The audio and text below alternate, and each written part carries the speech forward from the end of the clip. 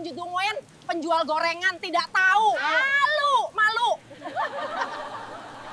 Hanya penjual gorengan kok berani-beraninya lewat depan sini. Bau minyak lagi, mengganggu pemandangan. Tawa mereka pecah di bawah deretan ruko mewah itu. Beberapa orang bahkan sengaja menutup hidung, seolah perempuan sederhana dengan gerobak tua itu tak pantas menginjakan kaki di sana. Tak ada yang tahu, wanita yang mereka usir dengan hinaan hari itu bukan sekadar penjual gorengan biasa. Dan tepat 7 hari setelah penghinaan itu, orang-orang yang tertawa paling keras akan berdiri gemetar, menyesali setiap kata yang pernah mereka ucapkan. Halo sahabat Life Stories, di dunia ini tidak semua yang terlihat sederhana benar-benar lemah. Dan tidak semua yang tampak biasa benar-benar tak berharga. Kadang justru dari tangan yang berlumur minyak dan wajah yang dianggap remeh, tersimpan kisah besar yang mampu membalikan keadaan dalam sekejap. Hari ini, kita akan menyaksikan cerita tentang kesabaran yang diuji, harga diri yang diinjak, dan kebenaran yang akhirnya berdiri tegak. Sebelum kita lanjut, dukung channel ini dengan klik like, tuliskan komentar kalian, dan subscribe agar kalian tidak ketinggalan kisah inspiratif penuh makna lainnya. Dukungan kecil dari kalian sangat berarti dan membuat kami terus menghadirkan cerita-cerita terbaik untuk Anda semua. Namanya Raras Wijaya. Usianya 27 tahun. Setiap pagi sebelum matahari benar-benar tinggi, ia sudah berdiri di dapur kecil yang dipenuhi aroma bawang putih dan ketumbar. Minyak panas berdesis pelan saat adonan tempe dan bakwan ia masukkan dengan hati-hati. Tangannya cekatan, gerakannya terlatih. Tidak ada yang tahu, tangan yang kini kasar karena percikan minyak itu dulu terbiasa memegang pena mahal dan menandatangani dokumen bisnis bernilai miliaran. "Mbok, minyaknya sudah panas," ucap Raras lembut kepada pembantunya yang sudah tua, Mbok Darmi. "Iya, Nduk. Kamu yakin mau tetap jualan hari ini? Cuaca kelihatannya mau hujan," jawab Mbok Darmi cemas. Raras tersenyum tipis. "Rezeki nggak pernah salah alamat, Mbok. Kalau hujan mungkin orang malah lebih pengen gorengan hangat." Mbok Darmi memandangnya dengan mata berkaca-kaca. "Seandainya almarhum bapakmu lihat kamu sekarang?" Raras terdiam sesaat. Nama ayahnya selalu menghadirkan rasa hangat sekaligus perih. Pak Wijaya, pemilik kompleks ruko terbesar di kota itu. Sosok yang dihormati, disegani, sekaligus rendah hati. "Ayah pasti tahu aku nggak sedang jatuh, Mbok. Aku cuma sedang belajar," jawabnya pelan. Belajar tentang manusia. Pagi itu, seperti biasa, Raras mendorong gerobaknya melewati jalan utama menuju kawasan Ruko Wijaya Square. Ironisnya, nama kawasan itu diambil dari nama keluarganya sendiri. Namun, tak satu pun penyewa tahu bahwa ahli waris tunggal keluarga Wijaya kini berjalan di depan mereka dengan sandal sederhana dan celemek berminyak. Beberapa pegawai toko mulai membuka rolling door. Bu gorengan lewat lagi," celetuk seorang pria muda sambil tertawa kecil. Raras hanya tersenyum ramah. "Pagi, Mas. Mau tempe hangat?" Nanti saja kalau laku banyak," jawabnya setengah mengejek. Ia terbiasa dengan nada seperti itu, tatapan meremehkan, senyum setengah hati. Seolah keberadaannya hanya pelengkap pemandangan pinggir jalan. Namun di balik kesederhanaannya, Raras sedang mengamati. Siapa yang ramah pada pedagang kecil, siapa yang hanya baik pada orang berdasi. Di depan salah satu ruko paling besar, seorang wanita berpakaian mewah sedang berdiri mengawasi karyawan membersihkan kaca etalase. Itu Bu Sandra, pemilik butik ternama di kawasan tersebut. Raras memperlambat langkahnya karena roda gerobak tersangkut sedikit di sela paving. "Cepat sedikit dong, Mbak, pelanggan saya mau parkir," ujar Bu Sandra tanpa menoleh. Raras segera menunduk. "Maaf, Bu, rodanya sedikit macet." "Ya sudah, jangan lama-lama di depan sini, nanti kelihatan kumuh." Kata kumuh itu seperti sengaja ditekankan. Raras menatap sepintas butik megah itu. Ia tahu betul, tanah dan bangunan itu adalah aset yang diwariskan ayahnya. Namun, ia tidak berkata apapun. "Baik, Bu, saya geser sekarang," jawabnya sopan. Saat ia kembali mendorong gerobak, seorang anak kecil dari dalam butik berlari keluar. "Bu, aku mau gorengan," teriak anak itu polos. Bu Sandra langsung menarik tangan anaknya. "Gak usah, nanti sakit perut." Raras tersenyum pada anak itu. "Lain kali ya, Dek." Anak itu membalas senyum, tanpa tahu betapa dalam luka yang baru saja diterima perempuan sederhana di depannya. Menjelang siang, dagangannya hampir habis. Ia duduk sebentar di bawah pohon rindang di ujung kompleks. Dari jauh, bangunan-bangunan ruko itu tampak megah dan kokoh. Pak Arman kebetulan lewat dan menghentikan mobilnya. "Nona Raras?" Sapanya pelan turun dari mobil. Raras langsung berdiri. "Pak Arman, tolong jangan panggil saya begitu di sini." Pak Arman senyum maklum. "Maaf, saya hanya ingin memastikan semuanya baik-baik saja." Raras menatap deretan ruko itu. "Pak, menurut Bapak, apakah orang bisa benar-benar dihargai tanpa menunjukkan siapa dirinya?" Pak Arman terdiam sejenak. "Jarang, Nona. Dunia sering menilai dari penampilan." Raras mengangguk pelan. "Itu sebabnya saya ingin tahu siapa yang menghargai saya, bukan karena nama Wijaya." Pak Arman menatapnya penuh hormat. "Anda lebih kuat dari yang mereka kira." Raras tersenyum tipis. "Bukan kuat, Pak. Saya hanya ingin memastikan warisan ayah tidak dikelola oleh orang-orang yang lupa caranya menghormati sesama." Angin siang berembus pelan. Di wajah Raras tidak ada kemarahan, hanya keteguhan. Tak satupun orang di kawasan ruko itu menyadari perempuan yang mereka anggap sekedar penjual gorengan keliling sedang mengamati, mencatat, dan menilai. Dan hari-hari sederhana itu diam-diam sedang menuju sebuah perubahan besar. Siang itu langit mendadak gelap. Angin berembus kencang, membawa aroma hujan yang tak lama lagi akan turun deras. Raras baru saja melewati 3 ruko ketika butiran air pertama jatuh tepat di atas gerobaknya. "Ya Allah, hujan lagi," gumamnya pelan. Ia mempercepat langkah, tapi hujan turun semakin deras. Dalam hitungan detik, jalanan basah kuyup. Para pegawai toko berlarian menutup pintu dan menarik barang dagangan ke dalam. Raras melihat kanopi besar di depan butik Bu Sandra. Tanpa berpikir panjang, ia menepi sebentar. Sekadar berteduh agar minyak panas di wajan tidak terciprat air hujan. Belum sempat ia menarik nafas lega, pintu butik terbuka keras. "Heh, siapa suruh berhenti di depan sini?" Suara Bu Sandra melengking. Raras langsung menunduk hormat. "Maaf, Bu, saya cuma berteduh sebentar. Hujannya deras sekali." "Berteduh?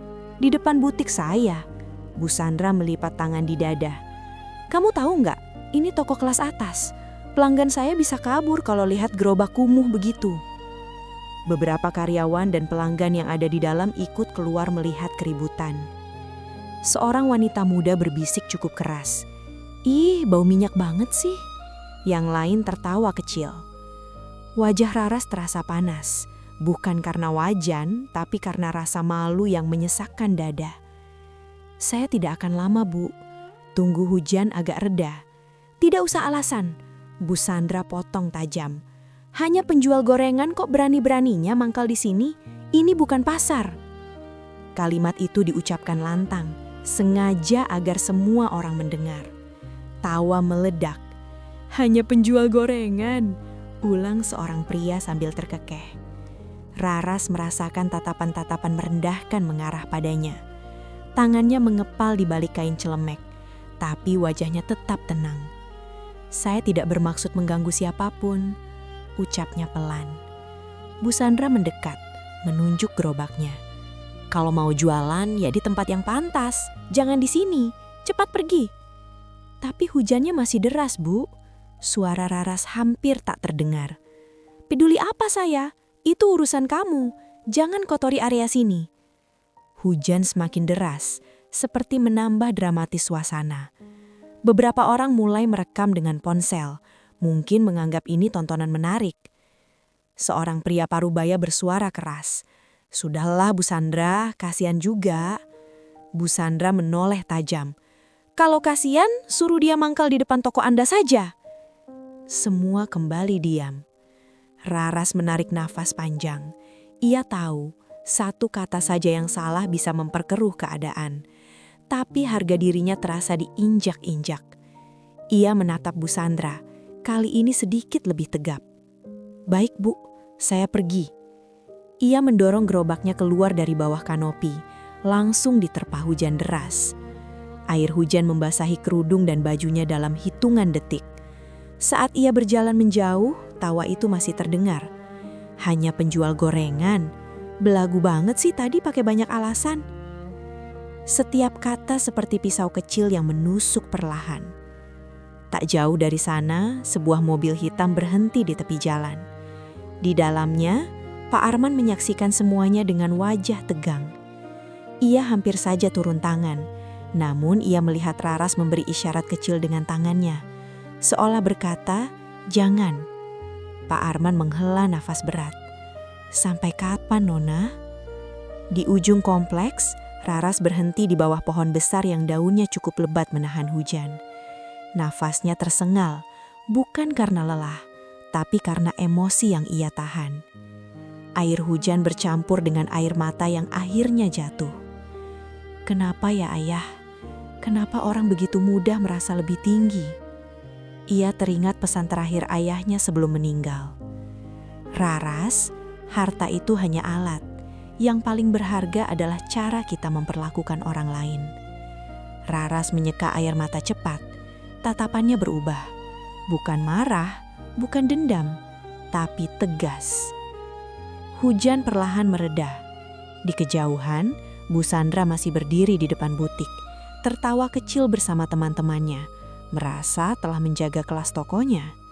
Tak satu pun dari mereka sadar, perempuan yang baru saja mereka usir bukan hanya pewaris nama besar Wijaya. Ia adalah pemilik sah tanah yang mereka pijak. Dan 7 hari lagi, penghinaan hari ini akan menjadi cerita yang tak pernah mereka lupakan seumur hidup. Malam itu suasana rumah besar di ujung kota terasa sunyi. Hujan yang tadi siang mengguyur, kini hanya menyisakan tetesan air dari ujung atap. Lampu gantung kristal di ruang tamu menyala hangat, memantulkan bayangan seorang perempuan yang kini tak lagi mengenakan celemek berminyak. Raras duduk tegak di sofa panjang berwarna krem, rambutnya terurai rapi, wajahnya bersih tanpa sisa lelah siang tadi. Namun di matanya masih tersisa bayangan penghinaan yang ia terima. Di hadapannya, Pak Arman membuka map tebal berisi dokumen. "Maafkan saya, Nona Raras," ucapnya pelan. "Seharusnya saya turun tadi siang." Raras menggeleng. "Tidak, Pak. Kalau Bapak turun tangan, mereka akan tahu terlalu cepat." Pak Arman menatapnya penuh hormat. "Apa yang sebenarnya ingin Anda lakukan?" Raras terdiam sejenak, lalu bangkit berjalan menuju jendela besar yang menghadap ke arah komplek Ruko Wijaya Square. Dari kejauhan, lampu-lampu ruko tampak seperti titik kecil di malam gelap. "Selama 2 tahun, saya membiarkan semuanya berjalan seperti biasa," katanya pelan. "Saya ingin tahu siapa yang benar-benar menghargai orang lain tanpa melihat status." Pak Arman mengangguk. "Dan hasilnya?" Rara senyum tipis, getir. "Lebih banyak yang menghargai papan nama butik daripada manusia di depannya." Ia kembali duduk. "Pak, kontrak sewa beberapa ruko akan habis minggu ini, benar?" Pak Arman membuka lembar dokumen. "Benar, 7 hari lagi tepatnya." Raras menatap angka tanggal itu lama. 7 hari. Seolah takdir memang menyiapkan waktu. "Saya ingin adakan pertemuan resmi dengan seluruh penyewa," ucapnya mantap. "Pertemuan?" Pak Arman mengangkat alis. "Untuk perpanjangan kontrak?" "Untuk evaluasi," jawab Raras tenang. Saya ingin memastikan orang-orang yang menggunakan aset ayah adalah orang yang punya etika. Pak Arman terdiam beberapa detik, lalu bertanya hati-hati, "Apakah ini karena kejadian tadi siang?" Raras tidak langsung menjawab. Ia justru bertanya balik. "Menurut Bapak, apakah seorang pemilik berhak memilih siapa yang pantas menyewa propertinya?" "Tentu saja berhak. Kalau begitu, saya juga berhak memilih penyewa yang tidak merendahkan orang lain." Nada suaranya lembut, tapi tegas. Di dapur, Mbok Darmi mendengar sebagian percakapan itu. Ia keluar membawa teh hangat. "Duk, kamu tidak marah kan?" tanyanya khawatir. Raras menerima cangkir itu dan tersenyum. "Marah itu mudah, Mbok. Tapi ayah selalu bilang, balasan terbaik bukan membuat orang jatuh, melainkan membuat mereka sadar." "Tapi mereka sudah keterlaluan," gumam Mbok Darmi. Raras memegang tangan tua itu. "Justru karena itu, saya tidak ingin membalas dengan emosi. Saya ingin membalas dengan keputusan." Pak Arman menutup mapnya. "Baik, Nona. Saya akan kirim undangan resmi besok pagi. Pertemuan diadakan di ballroom Hotel Grand Mahkota. Semua penyewa wajib hadir." Raras mengangguk. "Pastikan undangan ditandatangani langsung oleh saya. Gunakan nama lengkap." Pak Arman senyum kecil. "Raras Wijaya." Nama itu terdengar berbeda ketika diucapkan dengan identitas aslinya. Keesokan harinya, suasana komplek ruko mulai ramai seperti biasa. Para penyewa menerima surat resmi berkop Wijaya Group. Bu Sandra membuka amplopnya dengan wajah penasaran. "Ini apa?" tanyanya pada asistennya. "Undangan rapat evaluasi penyewa, Bu," jawab sang asisten. Bu Sandra membaca keras-keras. "Dari Raras Wijaya." Ia mengernyit. "Siapa lagi ini?" Asistennya menggeleng. "Kurang tahu, Bu. Tapi semua toko dapat surat yang sama." Di toko sebelah, seorang pemilik kedai kopi bergumam. "Wah, jangan-jangan harga sewa naik lagi." Bisik-bisik mulai menyebar.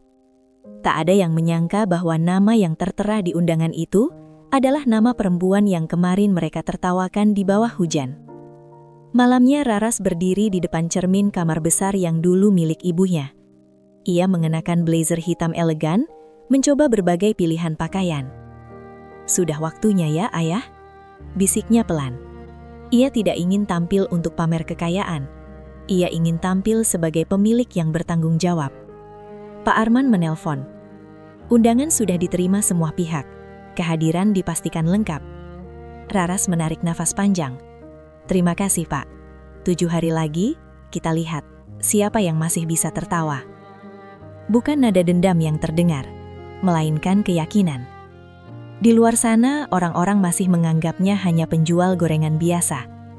Mereka belum tahu, keputusan yang diambil malam ini akan mengubah nasib beberapa orang selamanya. Dan hitungan 7 hari itu telah resmi dimulai. Ballroom Hotel Grand Mahkota pagi itu tampak berbeda dari biasanya. Lampu kristal berkilau terang, meja-meja bundar tertata rapi, dan layar besar di depan ruangan menampilkan tulisan "Pertemuan Evaluasi Penyewa Wijaya Square." Satu persatu pemilik ruko datang dengan wajah penuh tanda tanya. "Serius nih evaluasi? Biasanya cuma perpanjangan kontrak," bisik seorang pria pemilik toko elektronik. "Katanya pemilik barunya yang mau hadir langsung," jawab rekannya. Bu Sandra datang paling akhir. Gaunnya elegan, tas mahal tergantung di lengannya. Ia duduk di barisan depan dengan percaya diri. "Paling cuma formalitas," gumamnya pelan. "Pemilik baru pasti nggak akan berani macam-macam." Di sisi lain ruangan, Pak Arman berdiri di dekat panggung, memeriksa mikrofon. "Semua sudah siap, Pak?" tanya staf hotel. "Sudah, kita mulai 5 menit lagi." Pintu ballroom kembali terbuka. Suasana yang tadinya riuh perlahan mereda.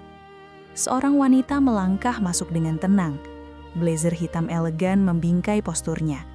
Rambutnya tertata rapi, wajahnya anggun dengan riasan tipis yang menonjolkan ketegasan sorot matanya. Langkahnya mantap, tatapannya lurus ke depan. Beberapa orang merasa wajah itu familiar. Kayak pernah lihat ya, bisik seseorang. Bu Sandra ikut menoleh sekilas, lalu mengernyit. Itu...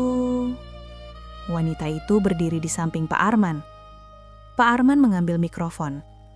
Selamat pagi Bapak dan Ibu sekalian, terima kasih telah hadir. Hari ini izinkan saya memperkenalkan pemilik sah dan ahli waris Wijaya Group. Ia berhenti sejenak. Ruangan hening. Ibu Raras Wijaya. Suasana langsung berubah sunyi. Sunyi yang berat. Beberapa orang menoleh cepat satu sama lain. Raras Wijaya, yang kemarin disebut-sebut itu. Bu Sandra menatap tajam ke arah panggung. Matanya membesar. Tidak mungkin, bisiknya. Raras melangkah maju, mengambil mikrofon dengan tenang. Selamat pagi. Suaranya lembut tapi jelas dan berwibawa.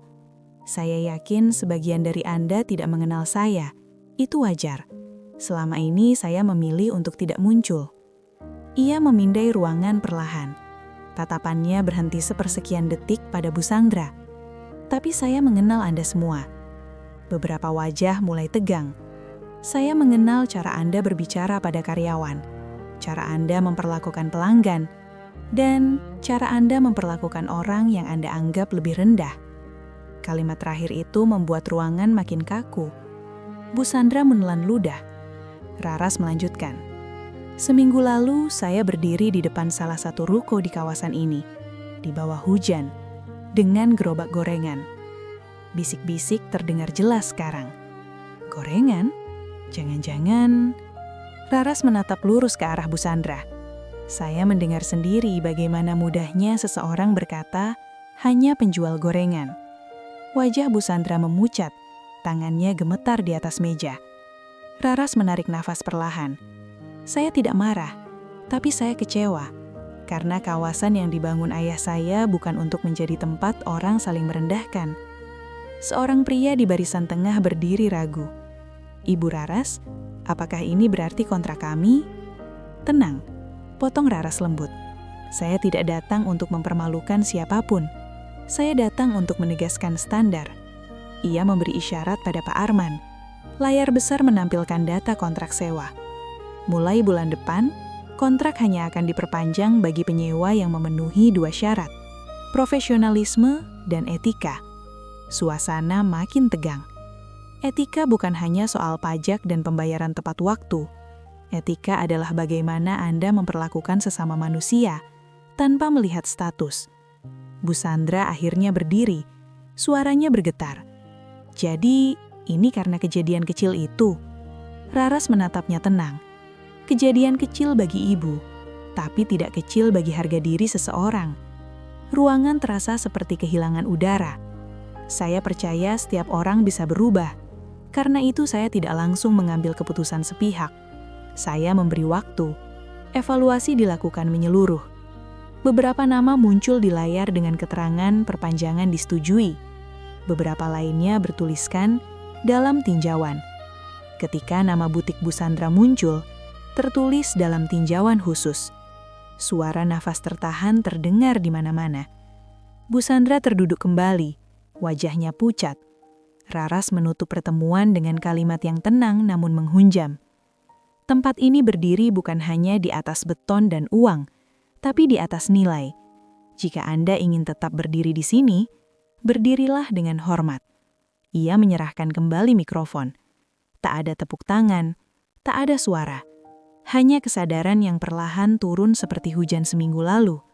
Dan untuk pertama kalinya, orang-orang yang dulu tertawa kini hanya bisa terdiam. Pertemuan itu berakhir tanpa tepuk tangan. Orang-orang keluar ballroom dengan langkah pelan. Wajah mereka tak lagi setenang saat datang. Bisik-bisik memenuhi lorong hotel. Jadi selama ini dia, penjual gorengan itu pemiliknya. Ya Tuhan. Bu Sandra berjalan paling akhir. Wajahnya pucat.